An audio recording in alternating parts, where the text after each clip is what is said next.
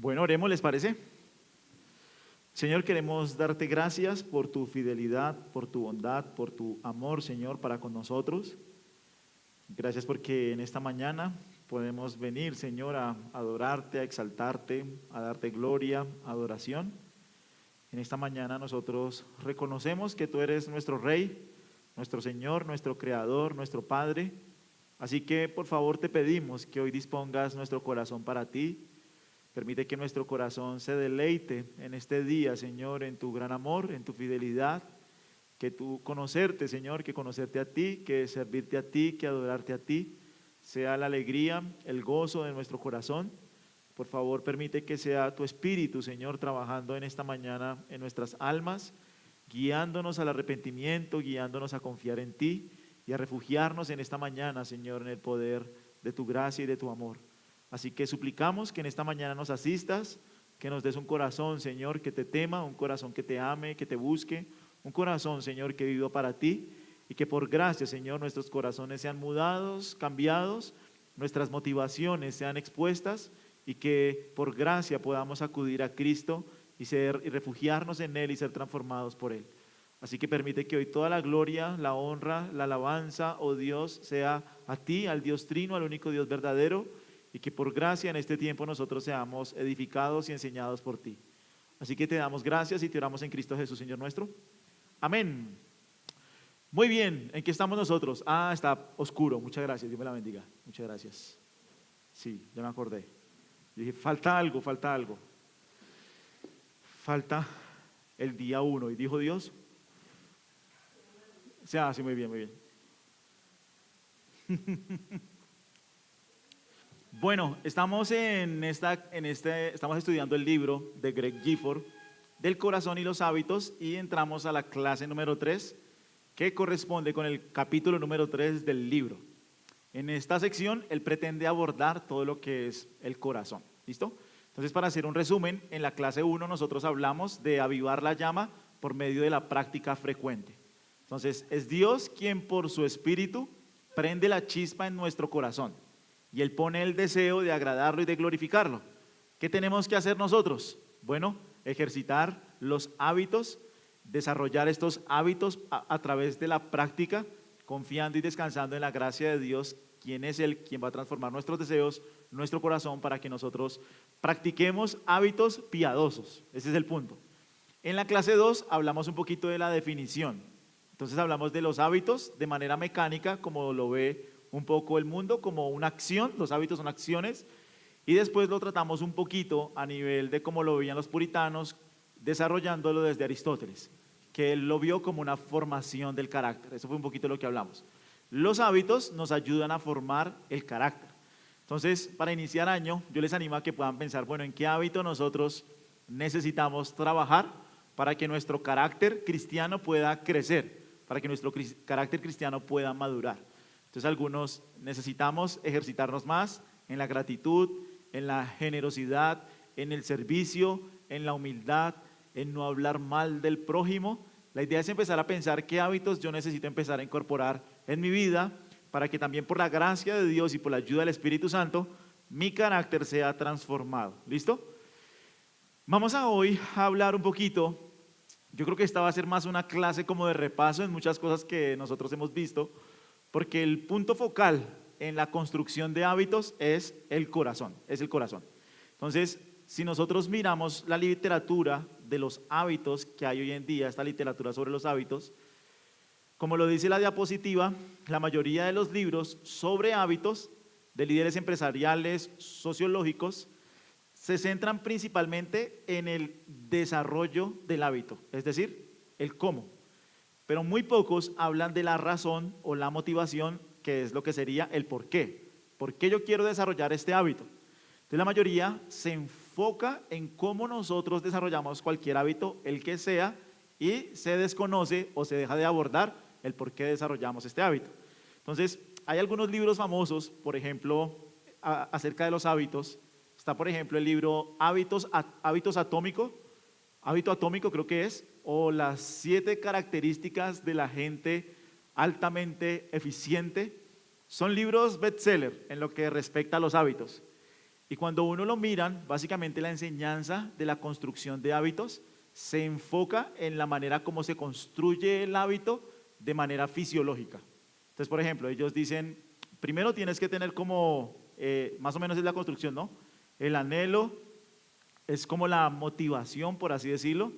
Luego viene la práctica que activa el cerebro y finalmente ya tienes la repetición. Entonces casi que la mayoría se enfoca en el anhelo y en la motivación. Entonces, si nosotros leemos literatura del mundo, entonces las personas dicen, bueno, piensa en un hábito que quieres construir. Normalmente las personas quieren construir hábitos de manera egoísta. Entonces, no, yo quiero bajar de peso. Muy bien, entonces, ¿cuál es la motivación? Bueno, la motivación es que la gente, es un ejemplo, la gente me vea más bonito o más bonita. Bueno, si esa es la motivación, ese es el pensamiento que vas a estar teniendo en tu cabeza todo el tiempo. Trae la motivación constantemente a tu cabeza para que a través de esa motivación, estar pensando en eso, el cerebro se active y la construcción del hábito sea mucho más fácil. Entonces, ellos desarrollan el cómo. Tienes el hábito lo tienes en la cabeza, empiezas a ejercitarlo y la manera en la que se va a construir el hábito es teniendo la motivación. Y no se puede negar que si hay una especie de construcción química del cerebro que impulsa a cierta repetición de hábitos a través de la motivación. O sea, cuando una persona se siente motivada por algo, sí desarrolla una sustancia que puede facilitar la construcción de un hábito, ¿sí es claro? Pero entonces, lo interesante es que la literatura más famosa que hay solo se centra en ver al hombre como una máquina que puede reprogramarse cerebralmente y que puede construir un hábito de manera fisiológica. Nos ven casi que como máquinas, ¿sí es claro? Aunque no seamos máquinas. Sí hablan no hablan del por qué, no hablan del por qué estamos construyendo hábitos, así que la literatura se centra en los hábitos en sí, no en la motivación. Y esto es lo que Greg Gifford llama un punto ciego en la teoría de la habituación. Porque realmente nosotros podemos tener motivaciones muy pecaminosas para construir un hábito. Y puede ser una motivación fuerte, una pasión dominante, pero puede ser una motivación pecaminosa. Así que el punto de esta clase en esta mañana es poder hablar un poquito acerca de lo que es la motivación. Entonces miren, las motivaciones seculares comunes, ¿cuáles son? ¿Cuáles son las motivaciones seculares comunes para construir hábitos? ¿En qué piensan? ¿Cuál sería una motivación? Normalmente cuando la gente dice a final de año, bueno, yo quiero construir hábitos para el otro año y lo piensan en función de sí mismos. ¿Qué le motiva a uno a construir hábitos? Por ejemplo, normalmente hablemos de la gente incrédula y pagana, impía. Un cuerpo esbelto. Un cuerpo esbelto. Sí. ¿Eso es malo? No necesariamente. Pero sí puede ser malo cuando se trata de ¿qué? La motivación. La motivación. Si solo es por vanidad, si solo es por ser visto, si no es para la gloria de Dios y para glorificarle tratando de comer saludable para su gloria, es un ejemplo, pues empieza a ser una motivación y una práctica pecaminosa. ¿De qué más habla la gente? La gente habla mucho de eficiencia, de productividad. ¿Por qué la gente quiere ser eficiente y quiere ser productiva? ¿Cuál sería una motivación? Para que me asciendan, para que me suban el salario, para que me reconozcan, para que mis títulos por fin empiecen a tener un peso importante. El todo, o sea, el punto en la Biblia es que la motivación para hacer algo es todo. O sea, para la Biblia este no es un apéndice, la motivación. Para la Biblia la motivación no es un anexo, no es algo que dejamos al final. Para la Biblia la motivación es todo. El motivo por el que haces las cosas es muy importante en la Biblia. Aunque externamente se puede ver muy piadoso, internamente la motivación puede ser muy pecaminosa. Aunque externamente se lleve todo, por así decirlo, en regla, en orden, no está haciendo nada malo externamente, la motivación es importante. Miren por ejemplo Filipenses 2 del 3 al 5.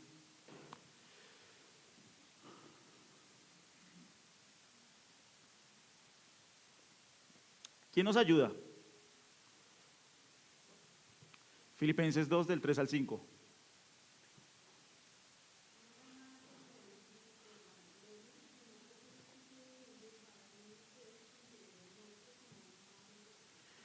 Muy bien, entonces miren, cada uno de ustedes ¿qué debe hacer? ¿Considera a los demás como más importantes a usted? mismo. Si para mí la eficiencia y la productividad es tan importante por mi nombre y mi reputación, ¿qué va a pasar con el hábito que Filipenses 2 del 3 al 5, la exhortación que Filipenses 2 del 3 al 5 me hace? Casi que Filipenses 2 del 3 al 5 va a ser un estorbo en mi hábito de eficiencia y productividad. Porque si yo estoy en función de mi eficiencia y de ser productivo, ¿yo a qué horas voy a pensar en los intereses de los demás? Yo no voy a construir ese hábito de interesarme en los demás. Yo no voy a estimar a los demás como superiores, porque toda la construcción de hábitos está en función ¿de quién? De mí mismo, ¿me entienden? Entonces, lo que el mundo aprecia y valora en la construcción de sus hábitos puede ser en ocasiones muy contrario a lo que la Biblia nos manda. O sea, nosotros como cristianos debemos desarrollar hábitos por el poder del Espíritu Santo que desarrollen nuestro carácter y nos ayuden a crecer en virtud. Por ejemplo, esta es una exhortación que nosotros no debemos ceder. Entonces, miren, si ser amable nos hace perder tiempo y dinero, ¿significa que no debemos hacerlo? ¿Significa que como mi deseo es ser productivo, altamente eficiente, y yo pierdo dinero si no estoy haciendo esto? Y por hacer eso, desobedezco lo que Filipenses 2 me dice de estimar a los demás como superiores a mí mismo. En ese sentido, ¿yo debería no hacer lo que Dios me manda? No. Es ahí donde yo me doy cuenta que mi motivación es pecaminosa. Porque estoy dejando de hacer lo que Dios pide en su palabra, estoy dejando de construir hábitos que me ayuden a pensar en los demás, hábitos que me ayuden a estimar a los demás como superiores a mí mismo, hábitos que me ayuden a servir como Cristo sirvió, y estoy construyendo hábitos para mi propio reino, para mi propia eficiencia y para mi propia productividad. Entonces, vemos en la Biblia que la motivación es primordial. Como lo hemos dicho, miren Romanos 11:36, un segundo.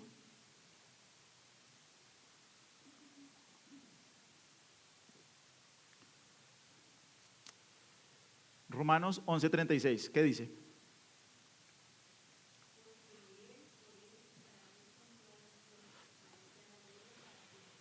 Muy bien, o 1 Corintios 10:31. Si comemos o bebemos, aún comer o beber, ¿para qué lo hacemos? Para la gloria de Dios. Entonces la invitación es a que ustedes puedan examinar, bueno, desde que yo me levanto hasta que yo me acuesto, ¿qué hábitos hacen parte de mi vida que hago para la gloria de Dios? Digamos, si yo voy al gimnasio, es un ejemplo, digamos que yo voy al gimnasio. ¿Para qué voy al gimnasio? Si solamente voy para mí mismo, y si solamente voy en función de mí mismo, y si solamente es para mi beneficio o provecho personal, ¿debería dejar de ir al gimnasio?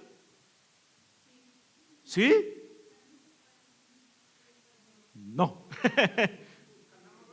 Exactamente, no, podemos cambiar ¿qué? Sí, muy bien. De pronto algunos sí tendrán que dejar de ir. Sí. Pero el punto es aprender a qué. Señor, perdóname porque lo estoy haciendo para mí mismo. Señor, perdóname porque estoy en función de mí mismo. Señor, ayúdame a construir este hábito para tu gloria. Lo mismo sucede con leer. ¿Leer puede ser un hábito pecaminoso? Depende. Porque si yo leo para humillar a alguien, si yo leo para desprestigiar a alguien, si yo leo para hacer quedar a alguien en ridículo, ¿es una motivación qué? Pecaminosa. El punto es ese. La motivación primordial en la construcción de los hábitos debe ser un deseo por agradar a Dios. Este es el deseo que debe controlar nuestra vida, nuestro tiempo, que debe controlar nuestra fuerza y nuestros recursos, organizar nuestras vidas de tal forma que los hábitos que construimos lo hacemos para la gloria de Dios. ¿Qué hábitos debería tener un cristiano? ¿Sí? En su relación con Dios, leer la Biblia. ¿Qué más? Bien, ese es un hábito, congregarse. ¿Qué más? Comunión genuina. Comunión genuina. Interés por los demás. ¿Qué más? Gratitud. ¿Cómo uno cultiva el hábito de la gratitud? A lo largo del día darle más gracias a Dios por su fidelidad. Generosidad. Servicio.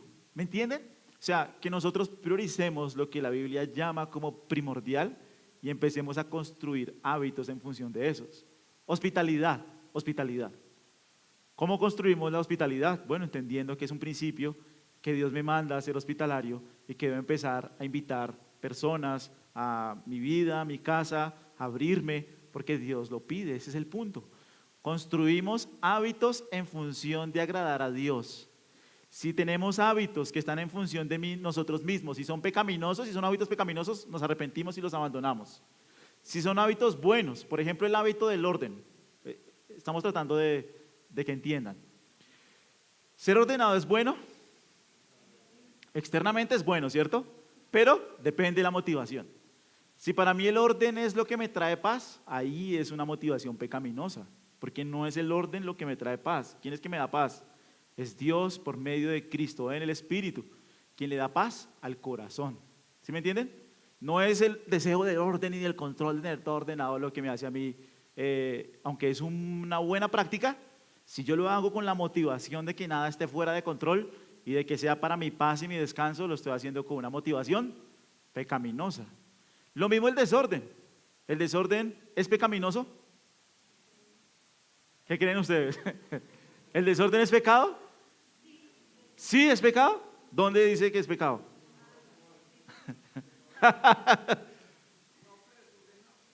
Es un dejado. El desorden puede ser falta de amor al prójimo. El desorden, sí. Digamos que la Biblia no lo llama pecado, no lo llama pecado, no lo podemos condenar como pecado, pero sí que no sería lo más ordenado en tu vida. Dios es un Dios de orden, procuramos el orden, la belleza, la armonía. Tal vez el desorden refleja más el pecado, nuestro corazón, ¿sí? Pero no es como decir, eso es pecado, no, tranquilo. Pero sí podemos decir que el desorden podría ser falta de amor al prójimo, ¿sí es claro? O deseo de comodidad y de servirme a mí mismo. El punto en la motivación y en la formación de hábitos es que nosotros podamos ver nuestro corazón. Traten de pensar, y nosotros lo dijimos el primer día, hay hábitos que hacemos de manera automática sin verlo. Y siempre estoy poniendo el ejemplo de la familia donde yo voy. Se sientan a comer, el televisor está a todo volumen y ellos no se dan cuenta. Están comiendo y están mirando el televisor así, todos. Y nunca nosotros nos sentamos a comer viendo televisión, nunca. Entonces como que ese es un choque que ellos mismos ni siquiera se dan cuenta que, por ejemplo, ese es un espacio que les está robando comunicación, interacción entre ellos. Así hay hábitos que nosotros podemos tener que nos quitan el tiempo. Alguien que va al baño y puede tranquilamente estar una hora en el baño mirando el celular, es un ejemplo. Alguien que se para a regar las plantas y puede pasar una hora regando las plantas pensando en sí mismo. ¿Me entienden? O sea, hay muchos hábitos que pueden ser como muy sutiles, que nosotros no identificamos, pero que le están robando la gloria a Dios. ¿Sí están conmigo? ¿Preguntas ahí? ¿Vamos bien? Sí.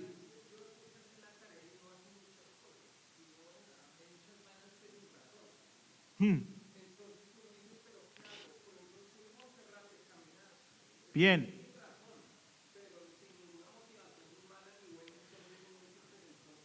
Entonces ahí es donde yo necesito orar y decir, Señor, ayúdame a hacer esta práctica para tu gloria.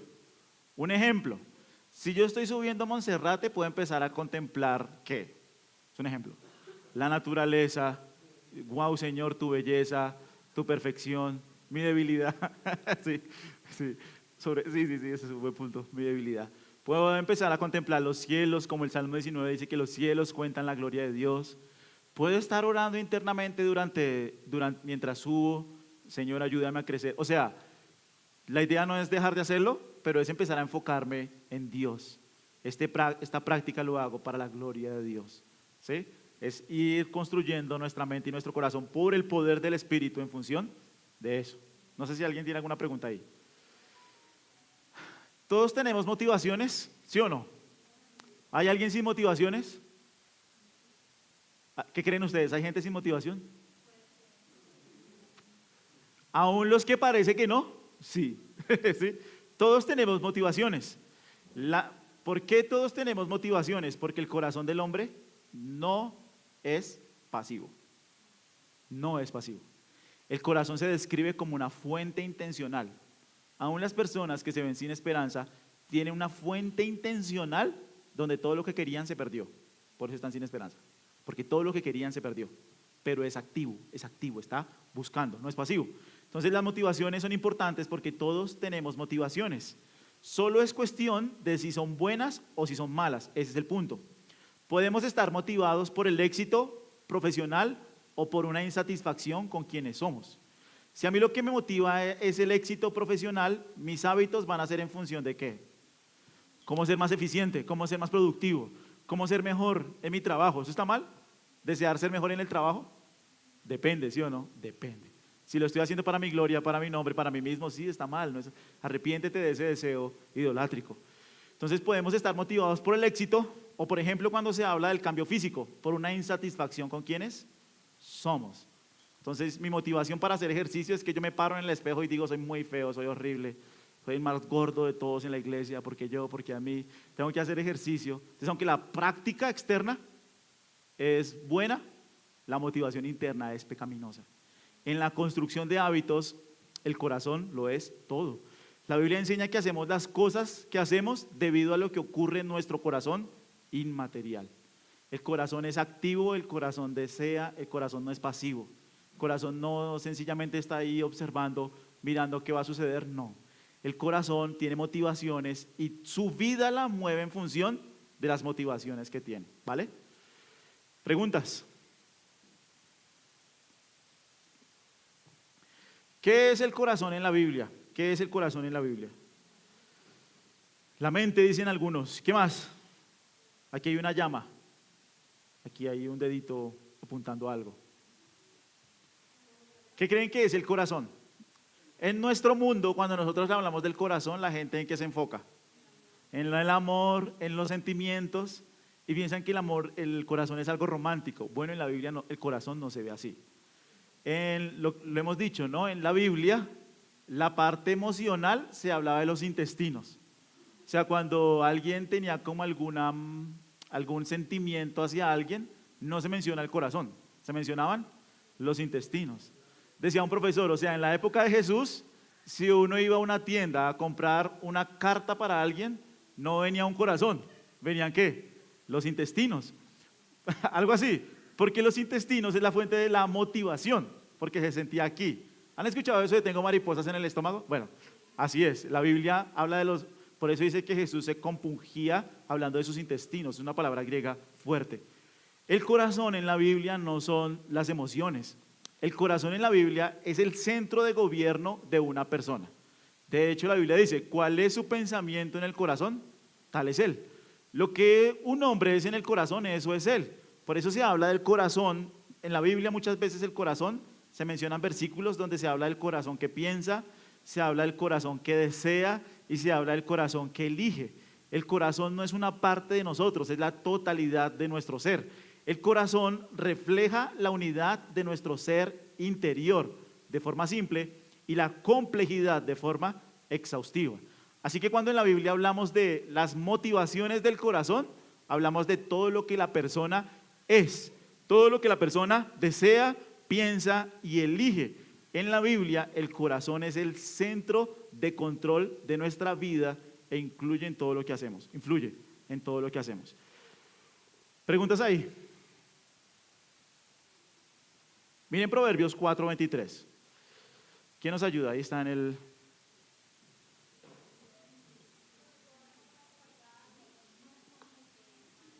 Qué impresionante, ¿no? Muy sencillo. Sobre toda cosa que guardas, sobre toda cosa que eres intencional en guardar algo, ¿qué debes guardar? ¿Qué significa guardar el corazón? ¿Qué se imaginan? ¿Cómo se ve eso en la práctica de guardar el corazón? ¿Es encerrarme en una casa? Es decir, guardo mi corazón, no salgas de esta casa. ¿Qué es guardar el corazón? ¿Qué se imaginan?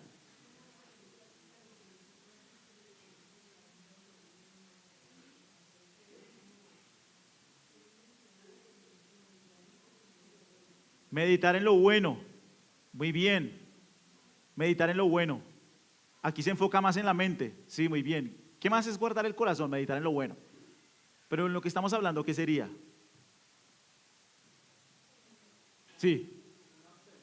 Espérate que levantaron aquí la mano. Un segundo.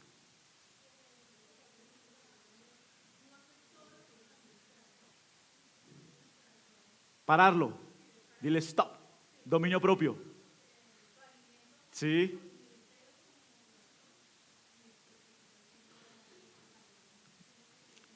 Sobriedad. Dominio propio. Sí, muy bien. ¿Qué más? Es guardar el corazón. ¿Qué se imaginan? Pero lo hemos estado hablando toda la reunión. Sí.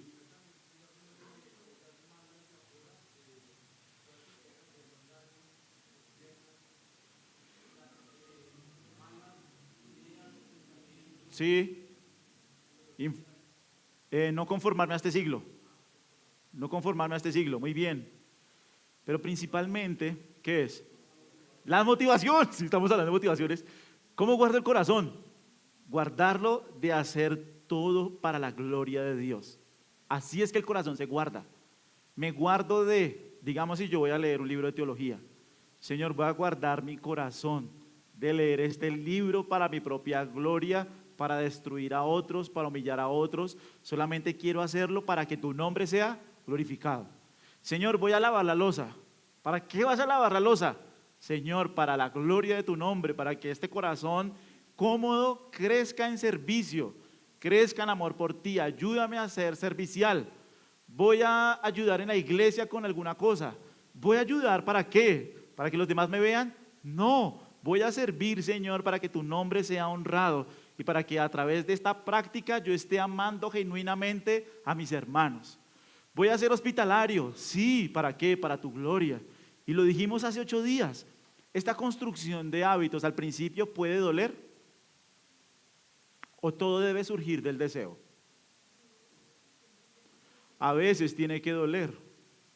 Si yo soy una persona supremamente tacaña, ¿el hábito de la generosidad me va a doler? Sí, sí. Uy, va a ser doloroso a mi corazón.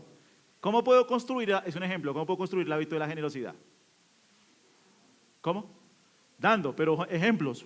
Pongámoslo práctico. ¿Cómo?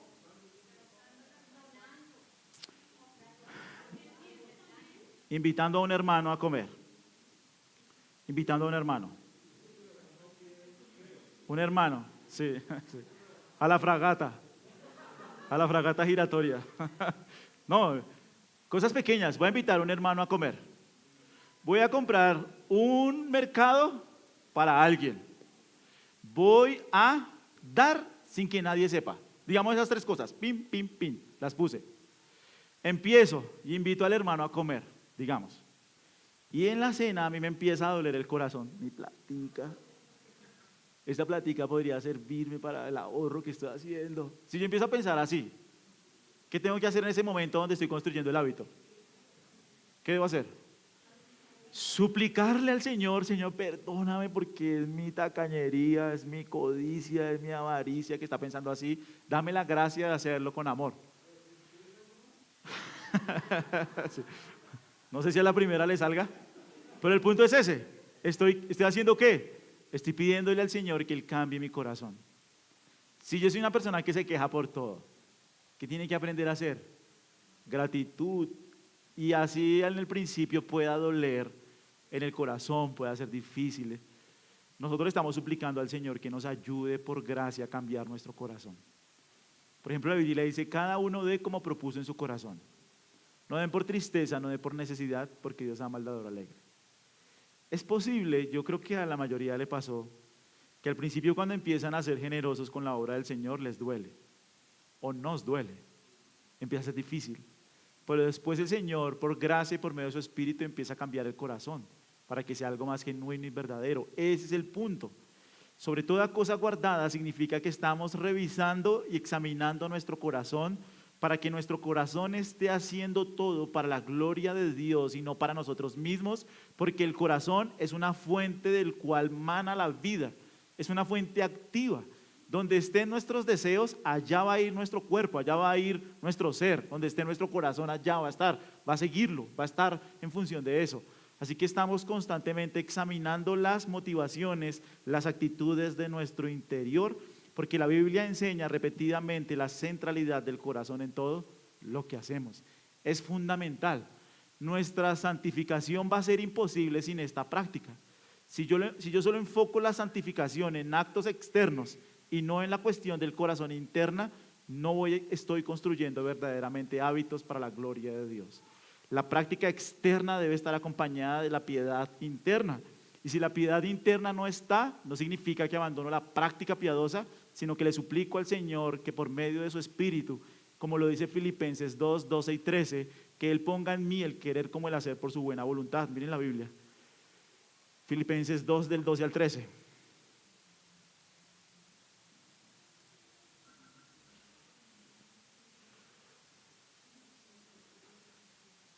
Filipenses 2 del 12 al 13. ¿Qué dice?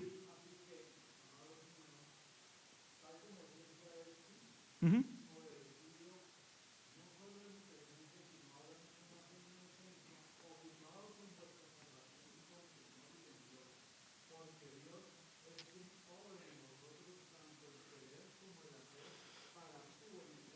Bien, la Biblia dice ocúpense, ¿sí lo ven? Mi responsabilidad, ¿cuál es? Hacerlo. ¿Qué hábitos necesito construir yo para la gloria de Dios? En mi devocional, en mi relación con la iglesia, en mi relación con los hermanos, en mi servicio, en mi amor al prójimo. Debo empezar a construir hábitos donde yo me ocupe de glorificar a Dios. ¿Y quién se ocupa del querer y del hacer? Él. ¿Sí es claro? Entonces, aún si nosotros empezamos a construir un hábito bueno y empezamos a ver fruto en la construcción de un hábito, ¿qué tenemos que hacer? Decir, yo soy muy bueno. Qué bueno soy en la construcción de hábitos. No, es aún entender quién produjo en mí el hacer fue Dios por gracia, por medio de su Espíritu. Miren Mateo 12:33. Mateo 12:33.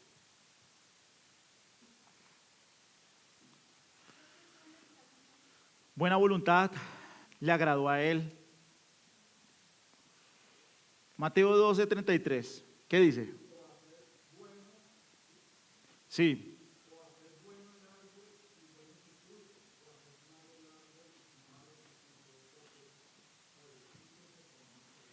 Muy bien. ¿Cómo sabemos que un árbol es bueno? ¿Por qué lo sabemos? Por el fruto. ¿Por qué el árbol da un buen fruto? Porque las raíces están buenas, está bien nutrido. Y en nuestra analogía, ¿qué son las raíces? El corazón. ¿Qué es el corazón? Lo que deseas y lo que piensas. Así que Jesús compara las palabras con los malos frutos de un árbol. Si vemos fruta mala, ¿cómo arreglamos la fruta mala? Vamos al mercado, compramos una canasta de manzanas nuevas y vamos y las pegamos en el árbol. Bueno, eso es lo que la gente hace con su vida, ¿sí? Con los hábitos. No están enfocados en cambiar el deseo, no están enfocados en cambiar la motivación, sino están enfocados en ¿qué? En lo externo, en cambiarlo de afuera, ¿Sí es claro? Es como una persona que está luchando con la pornografía. Si una persona que lucha con la pornografía solo cierra las vías externas, ¿qué se debe hacer? Pero solo cierra las vías externas, pero no se está concentrando en la lujuria ardiente de su corazón, en cómo su corazón codicioso desea aprobación, reconocimiento. Si no ve a su corazón como lujurioso y codicioso, puede cerrar las ventanas y el corazón se va a inventar cosas para regresar. Ese es el punto. A la par estamos trabajando por el poder del Espíritu, los deseos y las intenciones del corazón. Entonces, por ejemplo, una persona que habla mal, digamos una persona que dice groserías, lo único que necesita decir es ¿ya no groserías? ¿O qué necesita? ¿Qué necesita una persona que dice groserías? O que habla mal, o que habla chisme, critica. ¿Qué necesita una persona? ¿Solo ya decir cosas buenas? Cambiar el corazón. A ver, ¿qué puede motivar a alguien a tener un lenguaje vulgar? Un lenguaje soez, un lenguaje imprudente, un lenguaje de crítica, de murmuración, de chisme, un lenguaje destructivo. ¿Qué alimenta un lenguaje así? Mira, aquí está. Uno es la ira, ¿cierto? Si yo soy una persona que no ha tratado con la ira en su corazón, ¿qué va a hablar? Con amargura, con crítica. ¿Qué más puede motivar un corazón? Miren Santiago, es que Santiago, ¿para qué seguimos? Miren Santiago. Santiago 3. Santiago 3, después de hablar de la lengua. Ahora, ¿qué mueve la lengua? ¿El problema es la lengua? ¿El problema es la lengua, el órgano físico? No. ¿Cuál es el problema? Lo que mueve la lengua es el corazón. O sea, realmente Santiago 3 no está hablando de la lengua. ¿Está hablando de qué? ¿Sí? Miren Santiago 3. Santiago capítulo 3, 14. 3, 13.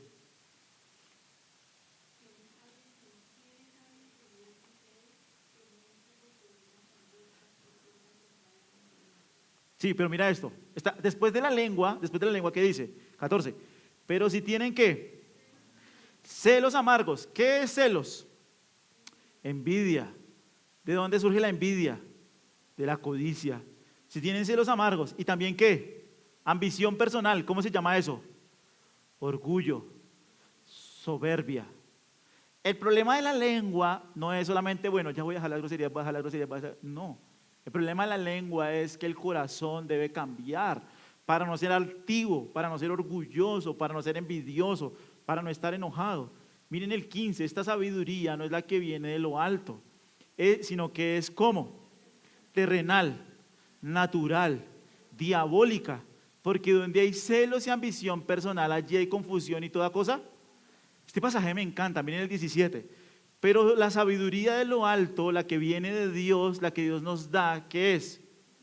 Pura. Una persona sabia es una persona ¿qué? Pura. ¿Qué más es? Pacífica, amable, condescendiente, llena de misericordia y de buenos frutos. Así que cuando Santiago 1 está diciendo, miren Santiago 1:2, aquí vamos a salir un poquito del tema. Tengan por sumo gozo, hermanos, cuando se hallen ¿en qué? En diversas pruebas, sabiendo que la prueba de su fe ¿qué produce? O perseverancia, una paciencia perseverante es lo que quiere decir. Y que la paciencia, esta paciencia perseverante tenga su perfecto resultado. ¿Las pruebas para qué vienen? Para que ustedes ¿cómo sean? Perfectos y completos sin que nada les falte. Ahora miren el 5. Si alguno de ustedes tiene falta de sabiduría, que se la pida a Dios. ¿Qué es pedir sabiduría aquí? Que en medio de la prueba donde estoy, donde Dios me está haciendo madurar, la sabiduría en medio de la prueba es para ser ¿cómo? Amable, pacífico, lleno de misericordia y lleno de buenos frutos. Tremendo. Para eso pedimos sabiduría, para crecer en carácter, para ser semejantes a Él, para tener motivaciones correctas. Así que no se puede arreglar simplemente el lenguaje y lo externo, solo aprendiendo un nuevo vocabulario. Porque dice el proverbio, de la abundancia, el pasaje, Mateo 12, de la abundancia del corazón que habla, la boca. Lo que mueve la boca es las motivaciones, el corazón pecaminoso e idólatra. Así que el punto no es enfocarnos afuera, el punto es enfocarnos adentro. Obviamente empezamos a organizar nuestra vida para construir hábitos cristianos y suplicamos por gracia que el Señor esté cambiando nuestro corazón para que esos deseos se arraiguen en nuestro interior y esta práctica se vuelva algo natural. ¿Tiene alguna pregunta?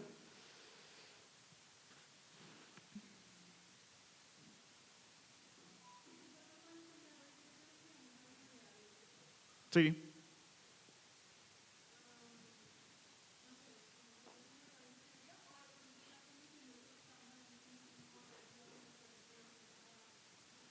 Es ayúdame a tener un carácter correcto en medio de la prueba. Eso es pedir sabiduría. Sabiduría es tener el carácter correcto en medio de la prueba. En Santiago. No estoy diciendo que toda la sabiduría bíblica no, en Santiago. ¿Por qué se dice? Porque hay una sabiduría diabólica. ¿Cómo es? Ambición personal, orgullo, celos. Y la sabiduría que viene de lo alto, ¿cómo es? Pacífica, amable, llena de misericordia y de buenos frutos. Entonces, por ejemplo, Santiago lo ejemplifica en el versículo 9. Miren, el hermano de condición humilde, ¿qué hace pidiendo sabiduría? Este es un ejemplo. El hermano de humilde condición, ¿qué hace? Santiago 1:9. ¿Qué debe hacer en su corazón? Se gloríe en su alta posición. O sea, si yo estoy mal económicamente, ¿qué debo hacer? Esta vida miserable que me tocó. ¿Por qué yo? ¿Por qué a mí esta vida? ¿Sí? No, ¿hay qué dice? Alégrese, gócese. ¿En qué? En la vida eterna, en su alta posición. Hoy debe estar gozoso. ¿Sí me entienden el punto? La sabiduría es que refleja un carácter cristiano en medio de la prueba. Eso significa en Santiago. ¿Sí? Muy bien. Los discípulos, por ejemplo, en Marcos 7, fueron acusados de comer impuros. No se lavaron las manos.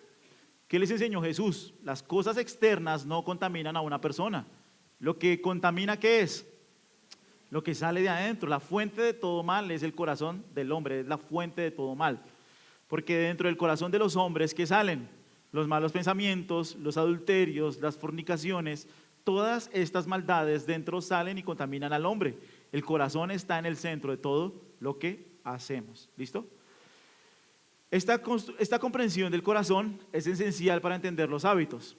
Nuestros hábitos no pueden hacer que un corazón de piedra se vuelva un corazón de carne. ¿Sí, claro? Nuestros hábitos nunca harán que un corazón de piedra se convierta en un corazón de carne. Hay judíos ortodoxos que tienen una práctica diligente de la Torá. Es impresionante, son diligentes.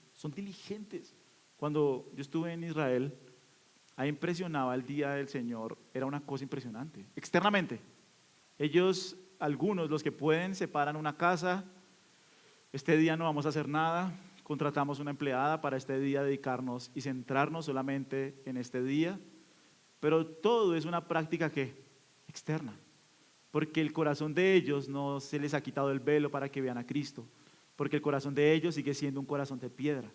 Ninguna práctica piadosa puede transformar un corazón de piedra. El único que transforma un corazón de piedra, ¿quién es? El Señor, por el poder de su Espíritu, para la gloria de su nombre. Estas prácticas en los judíos lo único que alimentan es su ego o su orgullo religioso, pero no lo hacen nunca para la gloria de Dios, porque solo el velo por Cristo es quitado. Solo Cristo puede cambiar un corazón de piedra y solo Cristo puede poner un corazón de carne. Que en nuestro contexto un corazón de carne, ¿qué es? Que ama a Dios, que tiene gratitud, que ama al prójimo, que sirve, que se humilla, que es humilde, que es hospitalario. Bueno, todas las virtudes y las prácticas cristianas que podemos encontrar, por ejemplo, en Romanos capítulo 12. Miren Romanos 12 un segundo. Señor.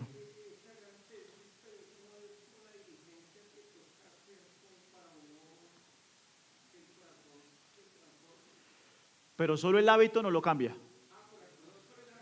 Pero sí hay que hacer el hábito suplicándole al Espíritu de Dios, al Señor Jesucristo, quien murió y resucitó, para que Él haga este hábito para su gloria. Ese es el punto, ¿sí? Miren, ¿cuál les dije yo? Ah, sí, Romanos 12. Así que si nosotros vamos a construir hábitos, ¿qué tenemos que hacer? Miren el 6. Pero teniendo diferentes dones, según la gracia que nos ha sido dada, ese es un hábito que yo debo construir. ¿Qué debo hacer? ¿Qué debo hacer? ¿Usar qué? Los dones. ¿Dónde se usan los dones? ¿En el trabajo? No, en la iglesia, porque son solamente del Espíritu Santo. Si el de servicio, miren el 7, si tú tienes el de servicio, ¿qué haces? ¿Qué haces si tienes el don de servicio? Lo dejas quietico. El que enseña, el que exhorta, el que da, el que dirige, el que muestra misericordia con alegría. El amor, ¿cómo es? Aborreciendo lo malo, y miren, aquí está la construcción del hábito, aplicándose a lo bueno. Así que si vamos a construir hábitos el otro año, deben ser hábitos en función de ¿qué? Principalmente de esto, de tener un carácter cristiano, amable, servicial, generoso, hospitalario. Miren el versículo 11, 10. Sean afectuosos unos con otros, con amor fraternal, con honra, dándose preferencia unos a otros. No sean perezosos en lo que requiere diligencia, sean fervientes en espíritu sirviendo al Señor. Goces en la esperanza, perseveren en el sufrimiento, dedicados a la oración, contribuyendo para las necesidades de los santos, practicándola. Esto es lo que nosotros deberíamos tener en mente si vamos a construir hábitos. El gimnasio, bueno, el gimnasio es bueno, sigue yendo, pero para la gloria de Dios y principalmente que estés construyendo una vida en función de crecer en un carácter cristiano. ¿Sí están conmigo o no? ¿Más o menos estamos entendiendo?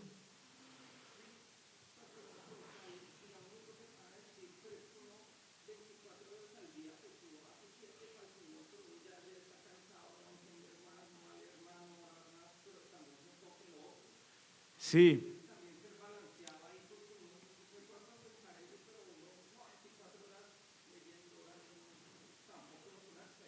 No, por ejemplo, digamos, pensemos lo siguiente. Digamos que yo voy a hacer mi presupuesto.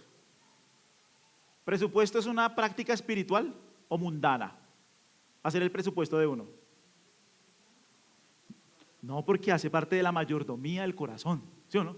Entonces yo voy a mirar mis finanzas. Hoy voy a mirar mis finanzas, aquí está mi cuadrito de finanzas, es un ejemplo. ¿Y por ejemplo, cuál puede ser una mala motivación? Esa, sí. ¿Cuál puede ser una mala motivación cuando va a hacer mi presupuesto? Es un ejemplo. Yo voy con un corazón codicioso y egoísta a hacer el presupuesto. Aunque estoy haciendo una práctica normal de mi día a día, la estoy haciendo en función de ¿quién? De mí mismo. Si yo sé que lucho, por ejemplo, con dar, antes de ir al presupuesto, ¿qué debo hacer? Señor, ayúdame, ayúdame. Sí, ayúdame, por favor. Tu palabra dice que tengo que ser generoso con los demás, con las personas. Y no solo estamos hablando de dinero, estamos hablando de tiempo, estamos hablando de servicio. Señor, ayúdame a desprenderme de este corazón egoísta. Entonces, esta práctica la estoy convirtiendo en un acto de adoración, aunque es una práctica normal. Tengo afán de entregar un informe para el trabajo. ¿Qué os ha pasado? Bueno, lo mismo, esa también es una práctica espiritual. Todo nuestro ser. Bueno, voy a apurarle con este informe que tengo que entregar para el trabajo. ¿Qué sería hacerlo con motivaciones pecaminosas?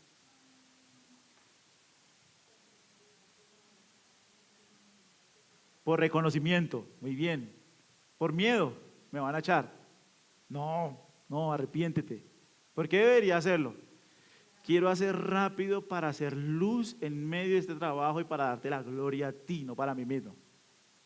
La misma actividad, pero con una motivación distinta. Entonces toda nuestra vida se convierte en una vida de adoración, en un corazón que está pensando en vivir para la gloria de Dios.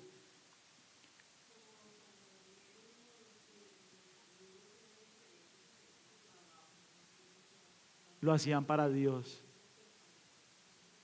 Ese es un ejemplo perfecto. 2 veces Daniel es llamado ante Nabucodonosor y ante Belsasar. Las 2 veces es impresionante. No está en mí. No soy yo el que interpreta los sueños.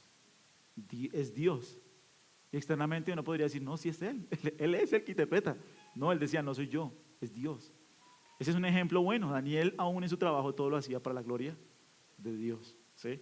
Entonces, cuando nosotros hablamos en la Biblia, solamente Dios por medio de su Espíritu puede cambiar en la salvación un corazón de piedra, un corazón de carne, y en la santificación Él es el que pone nuevos deseos en nuestro interior. Estamos suplicándole para que Él por medio de su Espíritu ponga en nosotros nuevas motivaciones, nuevos deseos, nuevos afectos, nuevos amores, nuevas voluntades para hacerlo para su gloria. Ojo con esto. ¿De qué me sirve leer? Ay, no quiero ser como despreciar eso. Es importante leer la Biblia en la mañana y orar. Pero si solamente leemos en la Biblia en la mañana y oramos, pero la cerramos y todo el día estamos viviendo en función de nosotros mismos, no es de mucho provecho para nuestra santificación. Porque eso pasa muchas veces. Cumplimos una disciplina espiritual para el resto del día estar viviendo en función de nosotros mismos. No abandone la práctica espiritual. Más bien, si yo durante el día, digamos las 18 horas del día que restan, nunca pienso en Dios para hacer cosas para su gloria, nunca oro a Dios para hacerlo para su gloria, nunca medito en Él para hacerlo para su gloria, puedo empezar, por ejemplo, con 3 momentos. Uno en la mañana, uno a mediodía y otro en la tarde. Puedo poner una alarma, ¡ping! Una alarma, ¡ping! Que me recuerde y puedo hacer una pequeña oración. Señor, perdóname porque tal vez este día he vivido en función de mí, perdóname y ayúdame este resto para hacerlo para tu gloria. ¿Saben de dónde viene el persignarse? De Tertuliano. Tertuliano decía, antes de hacer cualquier actividad, quiero hacerlo para la gloria de Dios. Y construyó un hábito. ¿Cuál? Antes de hacer algo, pero no lo hacía como un rito, como, hoy sí, ¿no? Sino realmente él se persignaba para decir, quiero hacer esto para la gloria del Dios Trino. Lo quiero hacer, por eso viene en el nombre del Padre, del Hijo y del Espíritu Santo. Bueno, nos están escuchando. Él utilizó esa práctica para hacer todo para la gloria de Dios. ¿Sí? Entonces, sí. No le estoy diciendo que las hagan, no, no es pecado ni nada. Depende. Sí.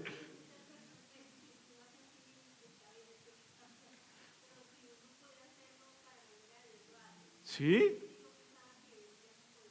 No, si uno lo hace para, Señor, esto lo voy a hacer para ti y esto me ayuda a recordarlo, es una buena práctica. No es un rito que establecemos no, sencillamente una práctica. Estoy diciendo, Tertuliano construyó esa práctica en su vida para recordar que antes de hacer cualquier cosa quería hacerla para el nombre del Dios Trino, para agradar a Dios y para la gloria de Dios. ¿Ibas a decir algo?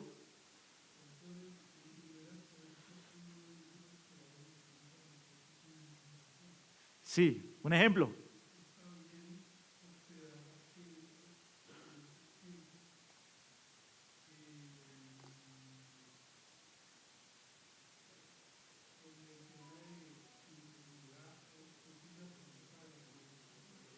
Ese se aplica para hermanos cristianos. No te recomiendo hospedar a alguien que no conozcas, pero la práctica de la hospitalidad, en ese tiempo los predicadores eran itinerantes. Entonces las iglesias sabían que podía venir un predicador y estaban dispuestos a recibirlo como predicador. Entonces, somos amables con el prójimo, pero también dice Jesús, sed pues prudentes como, se me olvidó.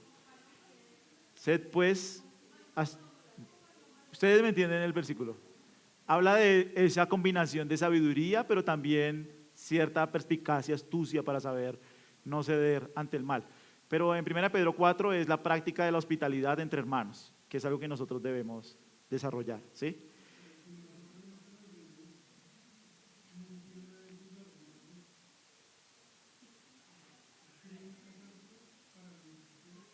Claro, digamos, no es solo esa hospitalidad de que se quede a dormir. No, la hospitalidad es, te invito este domingo a mi casa a almorzar. Sí, en ese sentido, como que abrían las puertas de su casa para que estuvieran. O sí, claro, para que se quedaran los predicadores itinerantes. Entonces, hoy, por ejemplo, si tú invitas a un hermano a la iglesia, es un ejemplo, invitas a alguien a la casa, a algún tipo de comunión, se puede quedar, está en su casa. O sea, el punto no es tanto la práctica externa, sino el corazón. El corazón hospitalario dice, quédese, o sea, todo lo mío es suyo, tranquilo, siéntase cómodo, siéntase en casa. Entonces, a mí me impresiona que aún los incrédulos hacen eso, ¿sí? Aún los incrédulos son hospitalarios. Entonces, en ese sentido es el corazón. Si se da la oportunidad de que yo pueda recibir a mi hermano, a un hermano en mi casa, gloria a Dios, ¿sí? Digamos, si yo sé que hay algún hermano pastor o amigo viene a Bogotá, yo le ofrezco la casa. Yo ya he hospedado varias veces a algunos pastores, por eso mismo. Es como estamos con la intención de querer ser hospitalarios y el Señor va poniendo las oportunidades. Entonces su merced dice, bueno, Señor, quiero hospedar a un hermano en mi casa. Y empieza a orar para que el Señor ponga providencialmente la situación.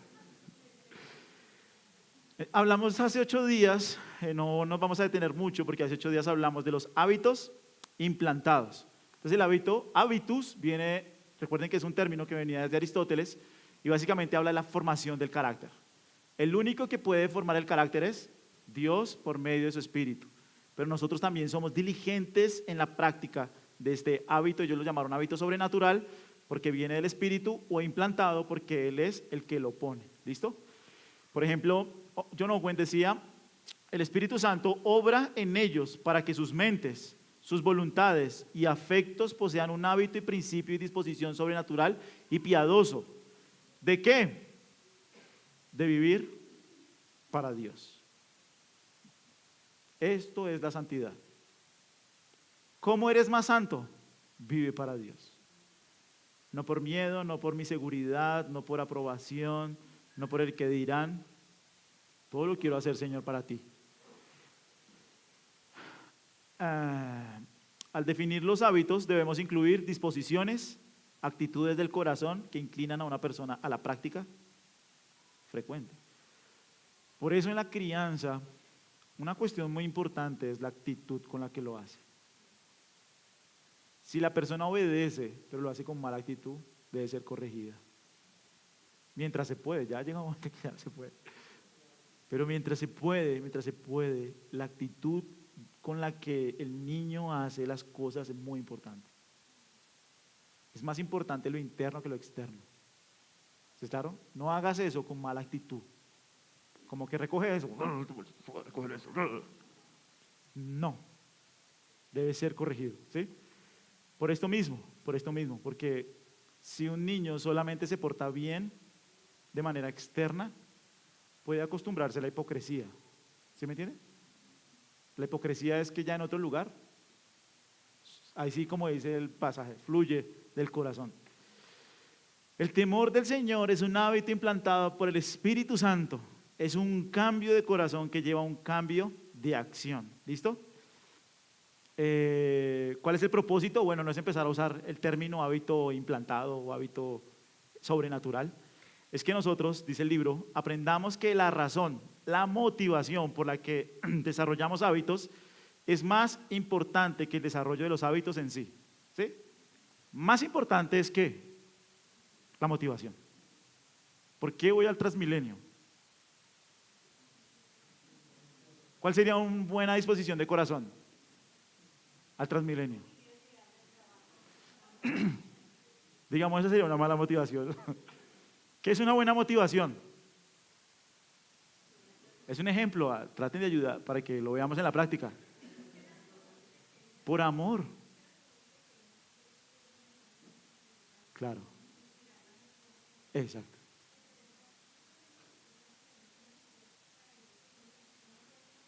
Ya le digo, vea, este es un ejemplo. Voy a ir al Transmilenio a amar a mi prójimo. Uy. ¿Qué es amar a mi prójimo? Es un ejemplo, es un ejemplo. ¿Qué es amar a mi prójimo? No, voy a dar el paso, no voy a empujar, voy a ceder la silla, voy a quedarme en pie. Voy...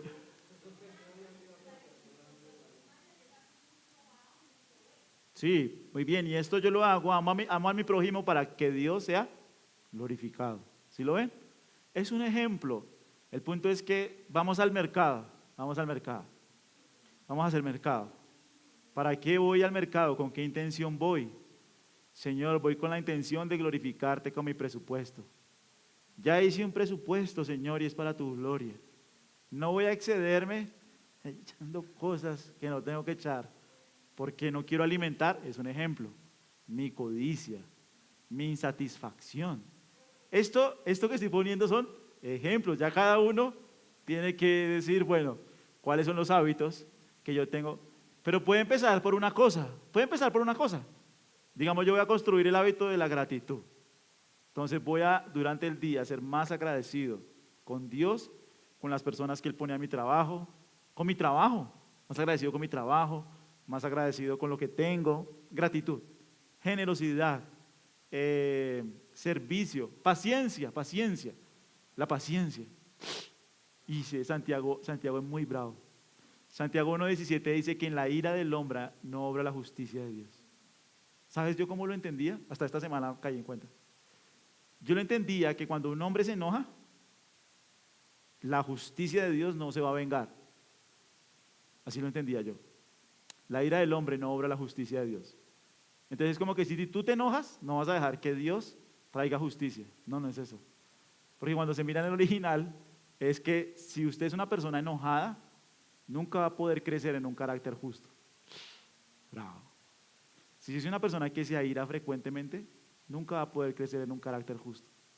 Porque en la ira del hombre no obra la justicia de Dios. El carácter solo puede crecer cuando la ira mengua. La ira. No lo dice con la ansiedad, no lo dice con la depresión, no lo dice con otra cosa, con la ira. En la ira del hombre no obra la justicia de Dios. ¡Wow! Tremendo. Entonces, preguntas.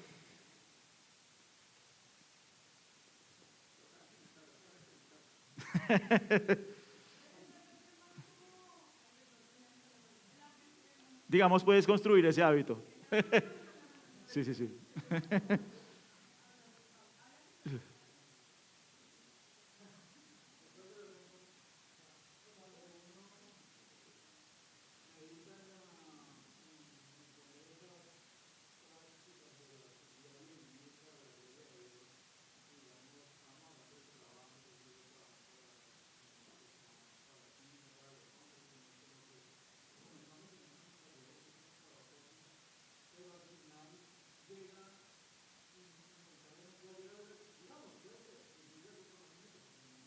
Sí.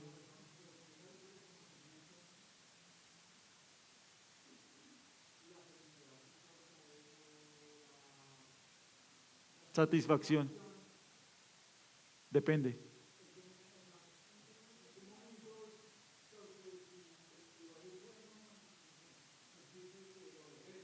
Sí. No. Sí.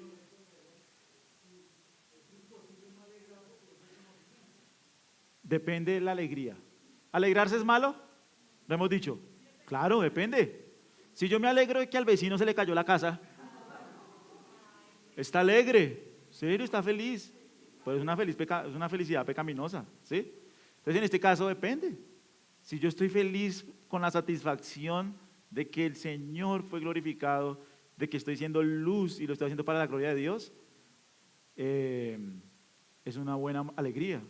Si yo en el proceso me doy cuenta que es por mi nombre, bueno, Señor, ayúdame, por favor, ayúdame a no dejar que esto se me suba a la cabeza, perdóname. Es esta humilde dependencia del Señor aún en medio de esa situación. ¿Sí? ¿Sí? ¿Alguien más? Bueno, no alcanzamos a terminar. Sí.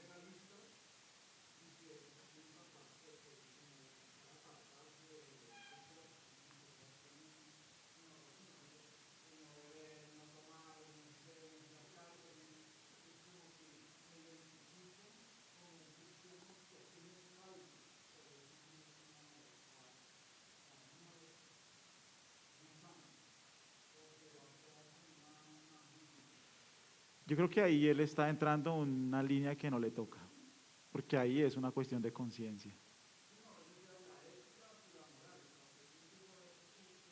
Sí. Eso es muy personal, o sea, eso ninguna institución entra en esa dinámica. Si yo como cristiano en mi conciencia me siento libre de tomarme una cerveza con alguien para la gloria de Dios y sin afectar el testimonio de nadie más, lo hago. Pero porque es para no estoy con conciencia de pecado. Pero si hay otro cristiano, hermano, que siente que tomar cerveza le afecta a su mente, yo no le voy a decir legalista, o te estás apartando, te estás aislando. Es una cuestión de conciencia. Entonces, en esas prácticas de interacción con el mundo, donde la Biblia no es blanco-negro, sino donde es gris, ahí entra la sabiduría de Romanos 14, Primera de Corintios, donde ya empieza a ser un área gris, donde no quiero lastimar la conciencia de la otra persona. Entonces creo que la iglesia como institución no puede poner un límite allí, de decir eso no se hace, porque no le compete a la iglesia, es una cuestión más de la conciencia personal. Obviamente donde es pecado, pues sí, ahí sí es clara la línea, pero estas cuestiones de interacción con el mundo, sí es con la conciencia de la persona y es eso, que lo que yo haga no sea como este es el límite para pecar, sino que sea para agradar al Señor. Si yo en mi testimonio me siento bien tomándome una cerveza con alguien, sin perder la sobriedad y sin perder el juicio, no tiene ningún problema. Yo, por ejemplo, como pastor no lo hago. O sea, ya por la posición que tal vez algún hermano va pasando por ahí, es un ejemplo, puede dañar su conciencia, ¿sí? Entonces, el asunto es ese, el asunto es que uno lo haga para la gloria de Dios, con sabiduría, ¿sí? No sé si tiene alguna pregunta, inquietud. Bueno, dejémoslo ahí, no alcanzamos a terminar. Dentro de 8 días juntamos este con la que sigue. ¿Listo? Bueno, oremos. Señor, queremos dar gracias por este tiempo. Señor, por favor, ayúdanos, Señor, a construir hábitos que sean para tu gloria. Ayúdanos a identificar hábitos que no te glorifican. O ayúdanos a identificar buenos hábitos, pero con motivaciones pecaminosas. Ayúdanos, por favor, a honrarte, Señor, con nuestras vidas. Ayúdanos a crecer en nuestra piedad, en nuestra santidad, en nuestro servicio, en nuestro amor, Señor, por los hermanos. Solo tu gracia, solo tu poder, solo tu espíritu puede cambiar mi corazón. Por favor, ayúdanos en nuestra debilidad, Ayúdanos a tener un corazón que te ame, a tener un corazón que te busque. Por favor, convéncenos de pecado, Señor, y que cuando nosotros veamos nuestro pecado, podamos humildemente acudir ante tu gracia que es abundante, tu misericordia, Señor, que es nueva cada mañana y que nos renueva y nos transforma para vivir para ti. Así que humildemente, Señor, pedimos tu ayuda, pedimos tu favor, pedimos tu asistencia y pedimos tu poder, Señor, en nuestras vidas para que nuestro corazón viva para ti. Ayúdanos a pensar más en ti, Señor, en estas cuestiones pequeñas y menores, para que nuestro corazón se moldee y viva, Señor, para tu gloria. Así que te damos gracias por este tiempo y nosotros oramos en el nombre del Dios Trino, que es el nombre del Padre, del Hijo y del Espíritu Santo. Amén.